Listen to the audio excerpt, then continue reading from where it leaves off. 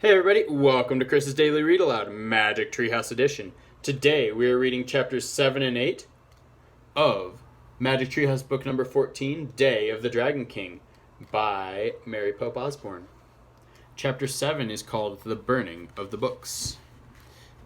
The Dragon King watched the bonfire as it blazed up toward the sky.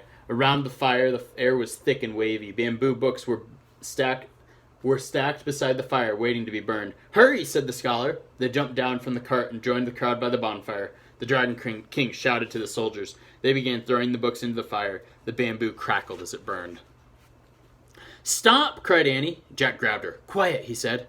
Annie pulled away. "Stop!" she shouted again, but her voice was lost in the noise of the roaring fire. "There's your story," said the scholar. He pointed to a bamboo book that had fallen off a waiting stack. "I'll get it," said Annie. She dashed over to the book. "Annie!" cried Jack, but she had already snatched up the bundle of bamboo strips and was charging back to them.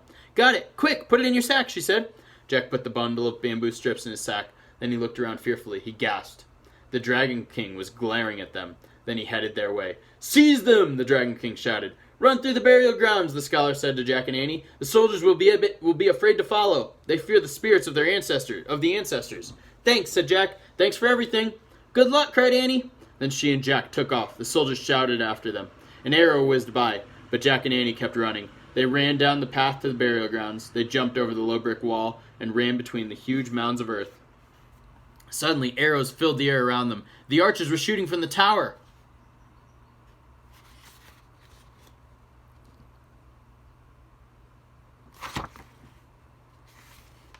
"Look!" cried Jack. There was a doorway in one of the mounds, and Jack and Annie ducked inside. They were in a long hall lit with oil lamps. "It's so quiet," said Annie. She walked down the passageway. "Hey, there's some steps here." "Don't go any farther," said Jack. "Why not?" said Annie. "We don't know what's down there," said Jack. "This is a burial tomb, remember? It's creepy."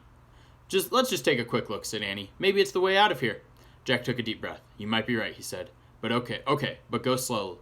He didn't want to stumble upon a dead body.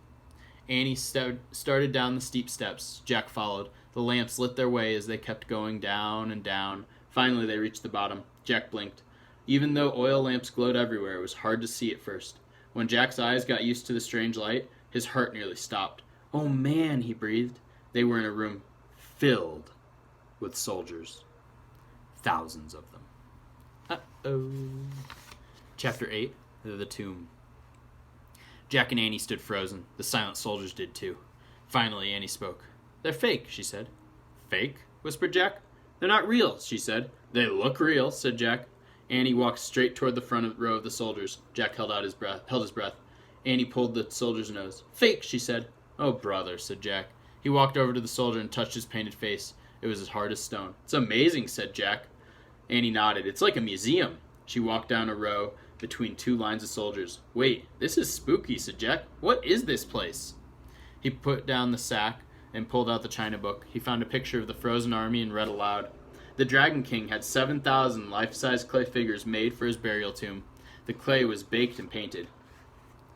The Dragon King hoped that the clay army would protect him after he died.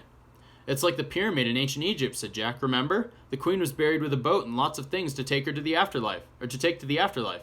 He looked around. "Annie? I'm here," she called. She was far down another row. "Come back here," yelled Jack. "No, you come here. It's so cool. All their faces are different." Jack threw the book into his sack. Then he hurried down the row to Annie. "Look," she said. "Just look."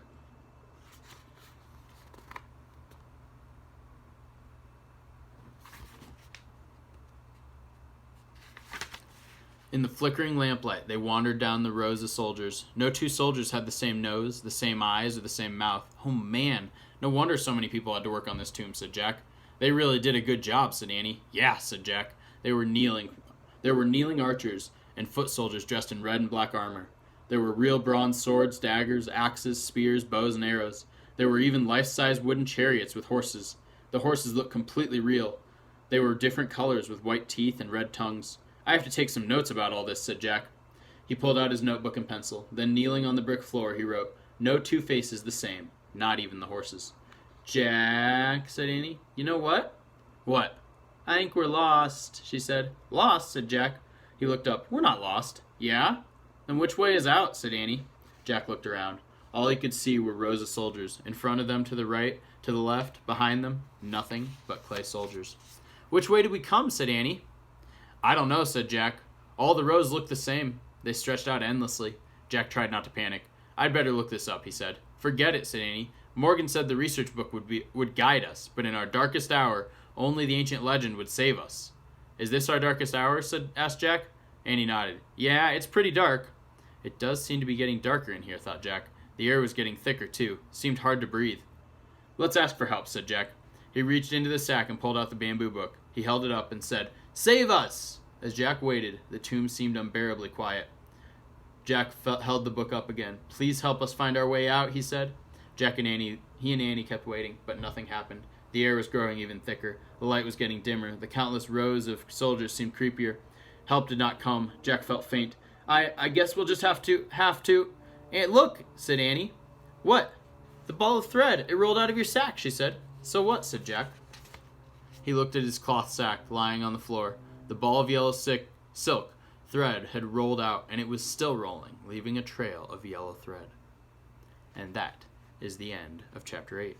Chapter 9 is The Silk Path, and we will read that tomorrow. Hope everybody has a great day. Stay safe, wash your hands, have fun, everybody. Bye.